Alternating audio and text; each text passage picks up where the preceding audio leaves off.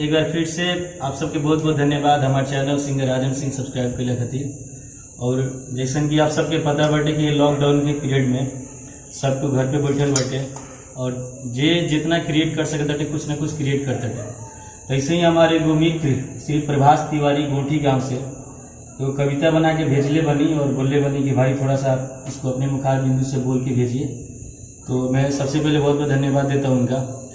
और दरअसल ये कविता उन्होंने जो भेजा है वो सरकार की तारीफ की है। तो हर चीज़ हर किसी के लिए बहुत बेहतर नहीं होती है, तो जिसको अच्छा लगे उसको भी, जिसको ना अच्छा लगे उसको भी। अगर किसी तरीके से कोई फॉल्ट आता है तो डेट्स सॉरी फॉर मी, माफ़ कीजिएगा मुझे और बहुत बालक समझ के।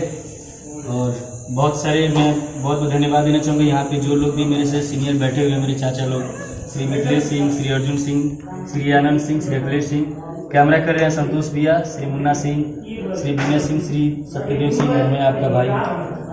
तो प्रभास तिवारी जी का धन्यवाद देते हुए देखिए उन्होंने क्या लिखा है, आते हैं, ध्यान दे बोलो।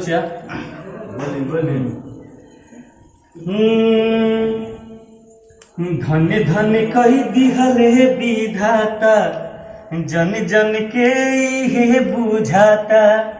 धन्य धन्य कही दिहले विधाता, जन जन के ये बुझाता।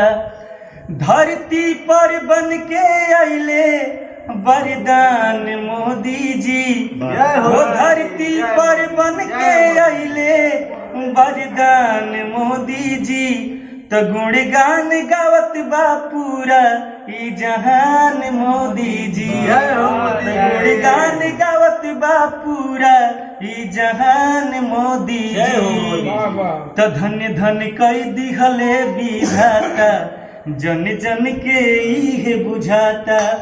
धरती पर बन के आइले वरदान मोदी जी, तो गुणगान गावत बा पूरा ई जहान मोदी जी, तो गुणगान गावत बा पूरा ई जहान मोदी जी। और ये देखिए का रूप लेके वहां के आई बनी का राजनीति और धर्म नीति ला तू धरा पर आइला। बन मिसाल तू धर्म के राजा, जन जन में समैला। हम सही बात बा। राजनीति और धर्म नीति ला तू धरा पर आइला।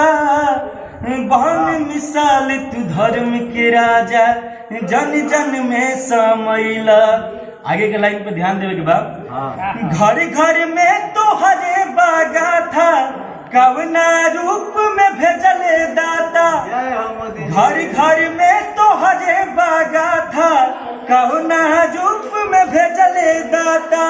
सबके अपन बना के कारा जन कल्याण मोदी जी।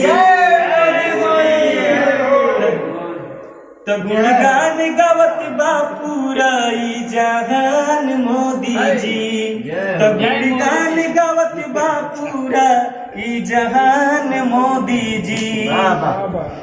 और एकता की मिसाल देते हुए काबा हिंदू मुस्लिम सिख ईसाई, ये लाइन खातिर हम प्रभास भैया रुआ के बहुत बहुत तारीफ करतनी और गजब के लाइन दिले बनी रुआ। अरे हिंदू मुस्लिम सिख ईसाई एक ही राग मेरा गतिबा, तू कही दाता एक ही राग में घर घर ताली बाजत बा।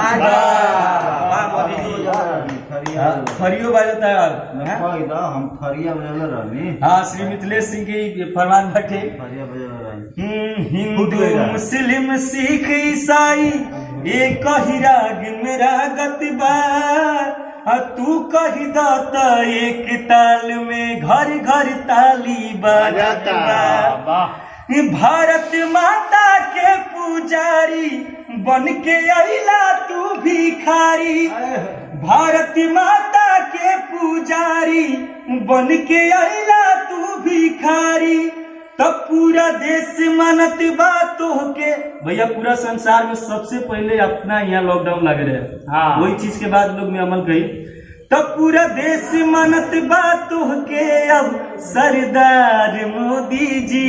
पूरा देश मानत बात के अब सरदार मोदी जी तो गुणगान गवत बा पूरा ई जहान मोदी जी तो गुणगान गवत बा पूरा ई जहान मोदी जी धरती पर बन के अइला वरदान मोदी जी हो धरती पे बन के अइला वरदान मोदी जी तो गुणगान गवत बा पूरा ई जहान मोदी जी तो गुणगान गवत बा पूरा ई जहान मोदी जी तो गुणगान गवत बा पूरा ई जहान जहान